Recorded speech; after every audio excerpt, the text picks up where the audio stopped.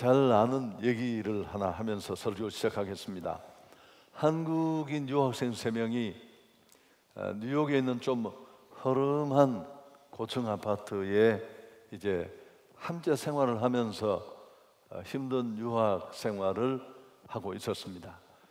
근데 그 아파트가 33층이나 되었는데 어느 날 공부를 마치고 올라가려고 하니까 엘리베이터가 고장이 났습니다.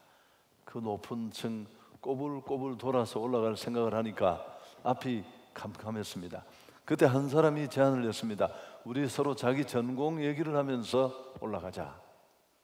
뭐 좋을 것 같았습니다. 그저 지루하지도 않고 또 그간에 배운 것들 정리도 하고 서로가 어떤 전공을 하는지 또 좀 얘기도 나누고. 그래서 먼저 법학을 하는 친구가 법이 무엇인가 장황하게 얘기를 하는 동안 11층에 이르렀습니다. 두 번째 친구가 또 이제 얘기를 했습니다. 철학을 하는 친구인데 인생이 무엇인가 아주 열변을 토했습니다. 과연 생각대로 좀 시간이 빨리 가는 것 같았습니다. 20층을 넘어섰는데 이제 다음으로 신학을 공부하는 학생의 자리였습니다. 왜 하나님이 필요한지, 우리는 왜 그 하나님을 믿을 수밖에 없는지 차근차근 설명을 하다가 보니까 이제 벌써 33층 아파트 현관 앞에 도착을 했습니다. 여러분, 이 얘기의 반전을 아시죠? 근데 이게 웬일입니까? 세 사람은 갑자기 서로를 쳐다보면서 기겁을 하고 말았습니다. 왜 그랬을까요? 입구 경비실에 맡겨둔 현관 열쇠를 가지고 올라오지 않은 겁니다. 그 열쇠 카피하는 비용이라도 절약하려고 하나를 복사를 해다가 경비실에 늘 맡겨두고 다녔는데 그걸 깜빡 잊고 올라왔던 겁니다. 목적 없는 인생은 없습니다. 왜 사는지, 무엇 때문에 사는지, 표대도 목적도 없이 그냥 달린다면 그건 인생도 아니고 사는 것도 아닙니다. 우리가 예수를 만나고 또 구원의 은총을 받고 나면 여러 가지 누리는 축복들이 많습니다. 물론 가장 큰 축복은 죄 문제를 씻고 구원받는 것입니다. 죄 사함 받고 구원받는 것인데 인생이 하나님을 만나고 나면 또 한 가지 일어나는 변화가 목적의 발견입니다. 내가 왜 존재하는지, 무엇 때문에 사는지, 지금까지 살아있다는 것은 어떤 의미가 있는지 이걸 알고 깨닫게 됩니다. 우리는 이걸 또 다른 이름으로 비전이라고 부르기도 합니다만은 막 살던 인생이 마음대로 살던 인생이 사는 목적이 분명해집니다. 전에는 그냥 필요를 따라 하고 싶은 일을 하면서 그렇게 시류를 쫓아 살았습니다. 그러나 이후로는 비전을 따라 하나님이 이끄시는 그 하나님께 이끌림을 받는 그런 삶을 살게 됩니다.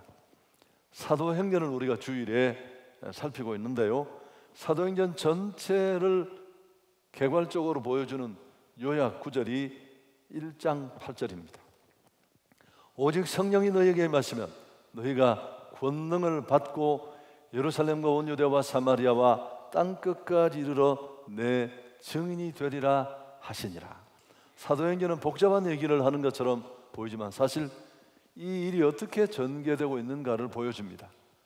복음이 예루살렘에서 또 유대와 사마리아로 그리고 땅끝으로 점점 옮겨가는 그런 과정을 그림을 그리듯 보여줍니다. 실제로 이 사도행전 28장까지가 세 단락으로 나누어져서 예루살렘, 사마리아, 땅끝까지 복음이 전해지는 과정을 보여줍니다.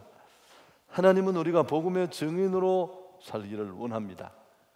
내가 누리고 받은 이 복음의 축복을 멈추어 두지 않고 이렇게 흘러보내고 소통하기를 원하십니다. 그런데 우리는 이런저런 이유를 대면서 그냥 주저앉아 있고 싶어 합니다.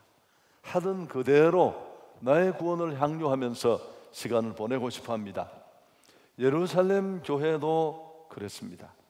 교회 규모가 크고 또 성령의 뜨거움이 있고 모임에 열심히 있었습니다마는 흩어지는 교회로서의 이 선교적 사명은 좀 등한시하는 그런 교회였습니다.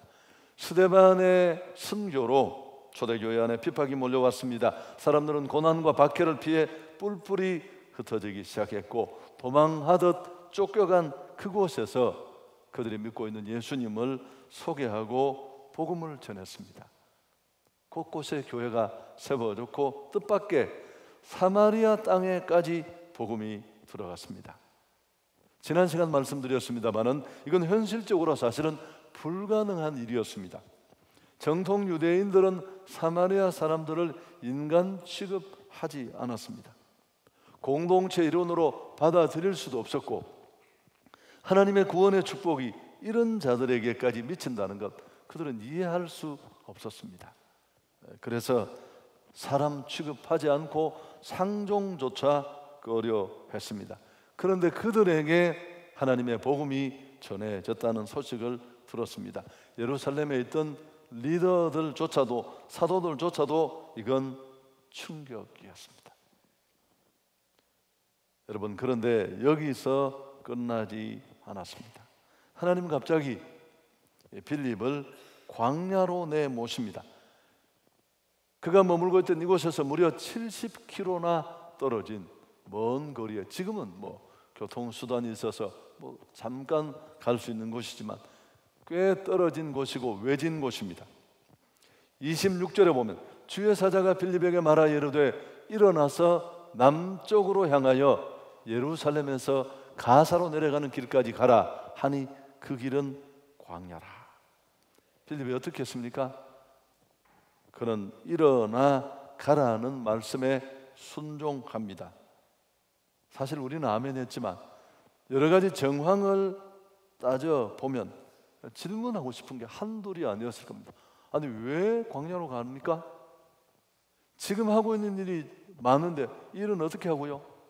이런 등등의 빌립 집사님은 하나님께 묻고 싶은 얘기들이 많았을 것입니다. 그렇지만 순종해서 그 광야까지 달려갔더니만 복음을 들어야 할 사람이 거기에 있었습니다. 그는 에티오피아 여왕의 국고를 맡은 내시였습니다. 여러분, 에티오피아는 지금의 수단입니다. 우리가 알고 있는 그 에티오피아가 아닙니다. 에티오피아 왕은 태양의 아들로 신성시 되어서 세속의 일은 거의 돌보지 않았습니다. 그래서 그의 어머니가 대신해서 국정을 도맡았는데 그 여왕의 이름이 간다게였습니다. 그래서 빌립이 만난 이 내시는 바로 이 간다게의 모든 국고를 맡은 사람입니다. 지금으로 말하면 재무장관쯤 되는 고위 직책이었습니다. 여왕을 가까이서 모셔야 했기에 그는 거세를 당한 내시였습니다. 예루살렘에 예배하러 왔다가 돌아가는 길이었습니다. 그런데 그는 빌립이 달려간 그 광야에서 흔들리는 수레를 타고 돌아가면서 성경을 읽고 있었습니다. 성령이 빌립에게 수레 가까이로 나아가라 말씀하셨고, 빌립이 수레로 달려가서 그가 읽고 있는 이사야 성경을 보면서 읽는 것을 깨닫느냐고 물었습니다. 31절에 보면 지도하는 사람이 없는데 어떻게 깨달을 수 있느냐. 빌립이 병거에 오르기를 청했습니다. 그때 내시가 읽고 있던 성경 구절이 이사야 53장 7절 8절이었는데 오늘 32절 33절 사도행전에 인용되어 있습니다. 같이 한번 읽을까요? 그가 도살자에게로 가는 양과 같이 끌려갔고 털 깎는 자 앞에 있는 어린 양이 조용함과 같이 그의 입을 열지 아니하였도다. 그가 굴욕을 당했을 때 공정한 재판도 받지 못하였으니 누가 그의 세대를 말하리요. 그의 생명이 땅에서 빼앗김이로다. 여러분, 이 구절을 보면 이 내시가 읽으면서 이해할 수 없는 건 전반적으로 이해가 어려웠겠지만 이 사회사가 쉽지 않잖아요. 무엇보다 그가 궁금하게 여겼던 게 뭐냐 하면 여기 나오는 그는 끌려가는 양 같았고 그는 굴욕을 당했고 그의 생명이 빼앗긴 바 되었다고 말하는 이 그가 누구인가 하는 것입니다. 너무 답답해서 빌립에게 묻습니다. 34절, 선지자가 이 말하는 것이 누구를 가리킴이냐? 자기를 가리킴이냐? 타인을 가리킴이냐? 여러분, 예수를 모르고 이 부분을 읽으면 절대 이해할 수 없습니다. 이 이사야서를 썼던 이사야 선지자조차도 어느 시대에 누구를 가르치는지 몰랐을 가능성이 높으니까요. 우리가 알듯이 이사야 53장에 이 인용된 부분에 나오는 그는 예수 그리스도를 가리킵니다. 그래서 빌립은 자연스럽게 이 글에서 시작해서 예수를 가르쳐 복음을 전했습니다. 여러분, 유대인들은 이 이사야 53장의 그가 예수님이라는 사실을 인정하는 것을 죽는 것만큼 싫어했습니다. 우리가 알듯이 그가 예수님이라는 것을 싫어하다가 마침내 이사야서 53장도 싫어하고 거부했습니다. 눈을 감고 귀를 막고 보고 듣지도 않으려고 했습니다. 왜냐하면 여기 말하는 이 그가 예수님이라는 사실을 인정하면 어떻게 될까요? 자신들이 바로 하나님의 아들이신 예수 그리스도를 십자가에 못 박는 엄청난 죄를 지은 죄인이라는 것을 스스로 인정하는 것이기 때문에 그렇습니다. 그래서 아예 생각조차 하지 않으려 했습니다. 복음의 핵심이 예수 그리스도입니다. 할렐루야. 여러분, 한성교회의 그 복음 증거의 스타일이 우연히 만들어진 게 아니에요. 우리는 행축에도 반드시 복음의 핵심을 전하고 콜링합니다.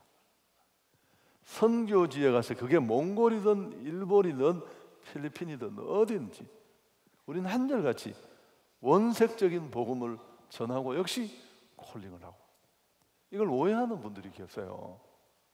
마치 동목사가 막 사람을 많이 모아놓는 대중집회를 선언하는 것처럼 전혀 아니에요. 저는 여러분, 제가 겸손한 척 하는 게 아니고 우리 성도들만 해도 충분해요. 누가 집회를 모시면서 사람이 너무 적어서 죄송하다, 난 정말 편안하거든요. 적으면 적을수록 저는 더 마음에 평안을 누리는 사람입니다. 조용히 얘기할 수 있고 저한테 맞고요. 여러분, 우리가 전하지 않으면 예수가 그리스도라는 것, 인류의 죄 문제를 청산하고 해결할 수 있는 유일한 길이 예수님이라는 것, 그게 가족이든 우리 지인이든 내가 전하지 않으면, 우리 기독인이 전하지 않으면 아무도 전할 수 없습니다. 전하는 자가 있어야 들을 수 있고, 듣는 자가 있어야 복음을 듣고 구원받게 될 줄 믿습니다. 빵을 500날 사 먹여 보십시오. 고마운 사람이긴 하지만 예수가 그리스도라는 건 몰라요. 그 빵 먹어도 죽어요. 지옥 갑니다. 빵을 100개 먹어도 똑같아요. 여러분, 우리가 하는 일이 얼마나 가치 있는 일인지를 절대 간과하지 마십시오. 무슨 교인 숫자나 불리려고, 결과는 그렇게 될 수 있습니다. 그러나 핵심은 거기에 있지 않습니다. 그래서 오늘 결국 이런 일을 통해서 이제 내시는 순순히 복음을 받아들입니다. 길을 가다가 물 있는 곳에 이르자 병거에서 내려서 내가 세례 받는데 뭘 주저하겠느냐, 기꺼이 세례를 받습니다. 이렇게 해서 에티오피아에서 온 이방인 네시가 구원받고 하나님의 자녀가 됩니다. 생명보다 귀한 복음을 들고 본국으로 돌아갔을 텐데, 여러분, 그 이후 사도행전 29장 30장에 쓰여질 내용들이 사실은 없잖아요. 그는 혼자 조용히 예수 믿지 않았을 겁니다. 그가 만난 그 예수 그리스도의 복음을 선포하고 전했을 것입니다. 정말 놀라운 것이 있는데요, 단순하게 보면 피부색이 다른 한 사람이 성지순례 왔다가 예수 믿고 돌아가는 이방인의 전도로밖에 보이지 않습니다. 조금 더 눈을 크게 뜨고 넓게 보면 하나님이 에티오피아 땅의 영혼들을 생각하셔서 한 사람을 미리 예수 믿게 하는 하나님의 보석 정도로밖에 이해되지 않습니다. 그러나 더 깊은 의미가 담겨져 있습니다. 여러분, 에티오피아는 당시에 땅끝으로 여겨졌어요. 할렐루야. 이거 아멘 할 대목이에요. 지금처럼 지리 지식이 충분하지 않을 때에서 그 당시 이 에티오피아는 땅끝이라고 여겨졌습니다. 사도행전이 내내 뭘 이야기한다고 했습니까? 사건에 묻히시면 안 돼요. 성령을 안수해서 준 이유가 뭐라고 했습니까? 그것 없으면 이거 못해요. 오늘 하나님의 말씀은 이 사건을 이곳에 기록해서 우리에게 주시려는 메시지가 뭡니까? 너희 멈추면 안 돼. 구원의 은혜를 머물러 두면 안 돼. 안주하고 싶지만 예루살렘으로 땅끝으로 흘려보내야 한다는 겁니다. 할렐루야. 안 되면 이 땅에 와 있는 외국인이라도 만나서 섬기고 가르치고, 그래서 내가 우리 빌립 선교회 이런 거 하나 만들어야 되겠다. 그래서 정말 이 서울에 와 있는 현장에 가는 것도 가야 되지만 많은 선교사들 이점이 있을 수 있으니까요. 자, 말씀을 한번 정리해 보겠습니다. 여러분, 이 사실 본문을 이해하고 나면 놀라운 일이에요. 이 본문이 보여주는 메시지는. 그런데 이 획기적인 일에 도구로 쓰임받은 사람이 누구였느냐 하면 빌립입니다. 빌립. 이분은 사도가 아니고 집사님이에요. 집사님. 집사님 여러분 아셨습니까? 이분이 집사님이에요. 스데반도 집사님이시고 빌립도 집사님이십니다. 왜 하필이면 하나님은 빌립을 도구로 사용하셨을까?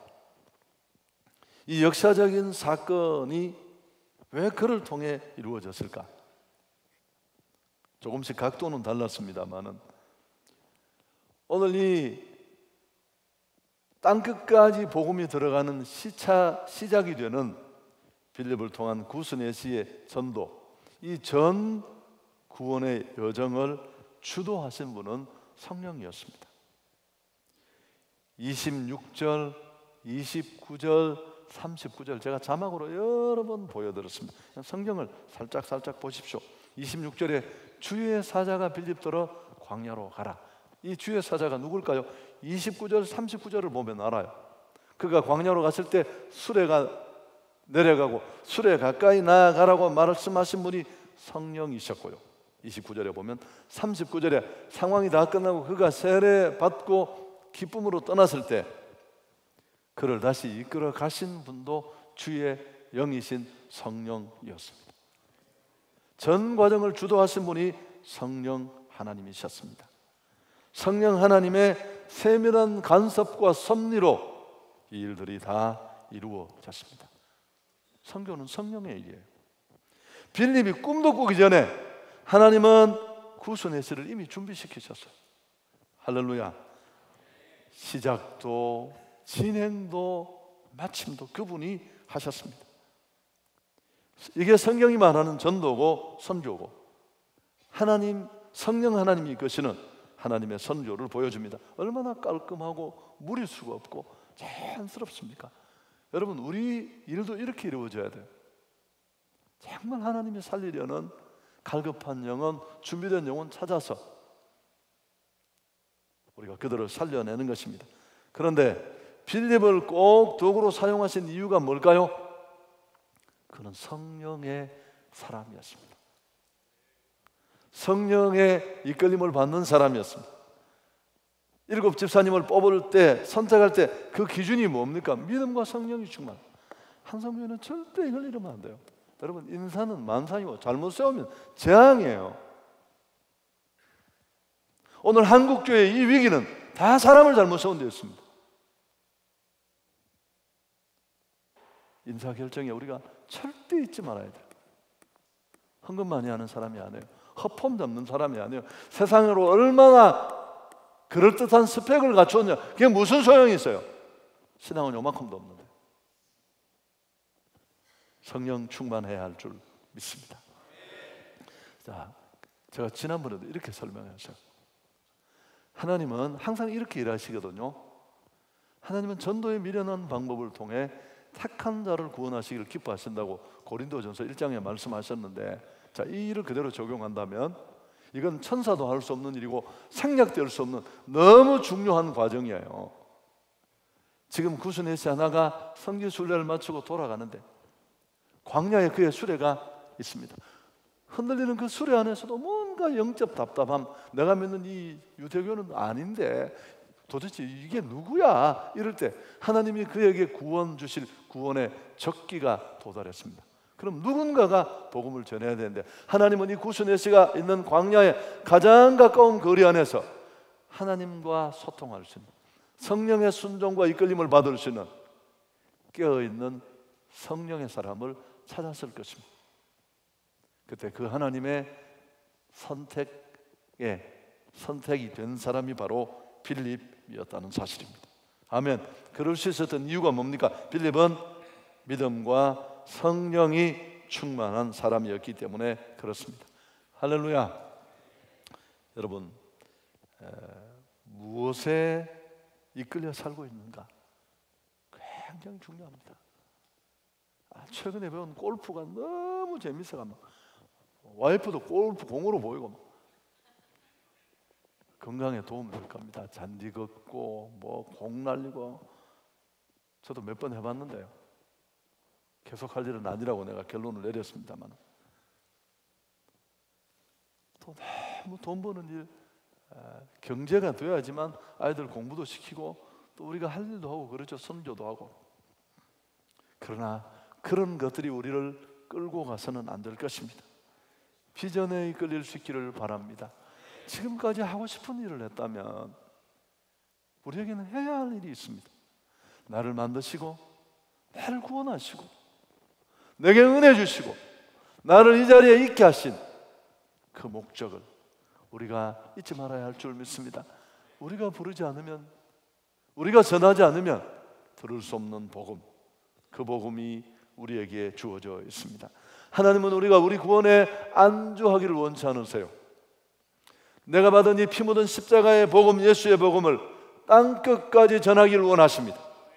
우리가 불순종하면 어떻게 해요? 우리가 이 부르심의 성령의 이끄심을 거부하면 하나님은 어떻게 하십니까? 강제로라도 흩으세요. 한국 기독교 역사가 그걸 말하고요. 여러분, 이 스데반의 일로 일어난 초대교회의 핍박은 바로 그런 겁니다. 예루살렘 교회에 밀어닥친 이 핍박은 누가는 하나님의 주권적 섭리라고 해석하고 있는 거예요. 흩어지길 원하는 교회로서의 사명을 저버린 교회를 향한 하나님의 촉구요 도전이었습니다. 그러나 목적대로 살면 축복받고 행복해집니다. 우리는 충동 따라 살고 싶은 대로 살면, 막 버킷리스트 찾아서 살면 행복할 줄 아는데 가보면 너무 시시하고 너무 공부하고 다 해놓고 나면 내가 이거 하려고 여기까지 왔는가? 여러분, 내 이야기 또 여러분 그 예민한 표정 때문에 이 얘기가 들어갔습니다. 제가 이 얘기도 여러 번 한 것 같은데 윌로우 크릭 커뮤니티 시카고에 있는 그 교회를 세운 빌 하이벨스가 부잣집 아들이잖아요. 27살에 전 세계를 여행하면서 내 인생의 목표를 뭐로 할까? 목적이 그런 꿈을 꾸었어요. 그러다가 그 한 호텔에서 그 우리 축구 월드컵 하는 호텔, 그 나라 호텔에서 그 해안에서 석양이 지는 그 호텔에서 노을을 보면서 저녁 식사를 하고 있었어요. 근데 바로 옆에 신사 부부가 저녁 식사를 하러 왔습니다. 머리가 하얀 남편이 아내를 보고, 주름진 아내를 보면서 여보 너무 고생했고 당신 너무너무 수고 많았다고. 그래도 그러면서 아내가 남편을 보고, 남편이 아내를 보고, 그래도 당신 보람 있잖아. 우리가 꿈꾸던 이 아름다운 곳에 와서 맛있는 음식을 먹으면서 멋진 경치를 구경할 수 있잖아. 근데 이 너무너무 놀랐대요. 자기는 그 얘기를 듣고 한 인생이, 하나님의 형상대로 지음받은 고귀한 한 인생이 안 먹고 안 쓰고 평생에 쓴 그 인생의 이유가 경치 좋은 곳에 와서 밥 한 끼 먹고 여행하는 게 끝이라는. 그래서 돌아와서 침대를 끌어안고 막 울었대요. 하나님, 나는 이렇게 안 살겠습니다. 그래서 그가 신학을 하고 목회자가 되어서 성경적인 가치로 세워진 교회가 시카고에 있는 윌로우 크릭 교회. 할렐루야. 여러분, 이렇게 살면 행복합니다. 자, 39절 함께 읽습니다. 둘이 물에서 올라올새 주 영이 빌립을 이끌어간지라 내시는 기쁘게 길을 가므로 그를 다시 보지 못하리라. 복음을 받은 자가 너무 기뻐하면 그걸 전했던 통로인 우리에게도 그 기쁨이 전해지고, 행복한 사람이 행복한 세상을 만들고 그 행복이 또 우리에게 되돌아오는 축복, 우리가 누려야 할 복인 줄 믿습니다. 성도와 교회에 반드시 채워져야 될 기쁨이 이 기쁨이에요. 카페 사이다 먹고 하는 기쁨은 그건 안 된다니까요. 카페 영업이 잘 안 될지 모르지만 여러분, 그거는 누가 몇 번 샀느냐로 또 시비가 붙을 수 있어요. 성령의 충만을 기대하십시오. 하나님이 이끄시는 이런 선교적 삶을 살려면 여러분, 우리는 성령으로 충만하고 하나님의 성령의 역사에 민감해야 됩니다. 근데 성령 충만과 안 충만을 결정하는 게 뭘까요? 여러 가지가 있겠지만 얼마나 뜨거운 기도 생활이 있느냐, 매일매일 내 삶 속에 얼마나 절절한 기도 생활이 있느냐에서 결판납니다. 한 영혼에게로 달려갈 수 있는 우리 모두가 될 수 있기를 축복합니다. 광야의 구수 내시든 아니면 이번 여름에 하기 선교에 우리를 부르신 국내 선교지든 국외 선교지든, 러시아의 작가 톨스토이의 얘기를 함께 읽으면서 오늘 제 설교를 마쳤으면 합니다. 인생의 목적이 자기 하늘과 행복에만 있다고 생각해보라. 그러면 모든 것이 무의미하게 될 것이다. 그러나 나를 이 세상에 보내주신 하나님께 봉사하겠다고 생각하고 그 목적을 위해 살라. 그러면 당신은 영원한 희열을 느끼게 될 것이다. 여러분, 내가 하고 싶은 것 막 체크해가면서 오픈카도 하나 사고 막 귀걸이도 달고 막 노란 끝내고 막 머리가 뽑히도록 막 전 세계를 돌아다니고, 여러분, 안 행복합니다. 절대 해야 할 목적을 잃어버린 인생의 누림이 가보면 더 공허하고 더 공허하고, 이 목적 있는 일을 위해서 달려가는 행복한 우리들 되었으면 좋겠습니다.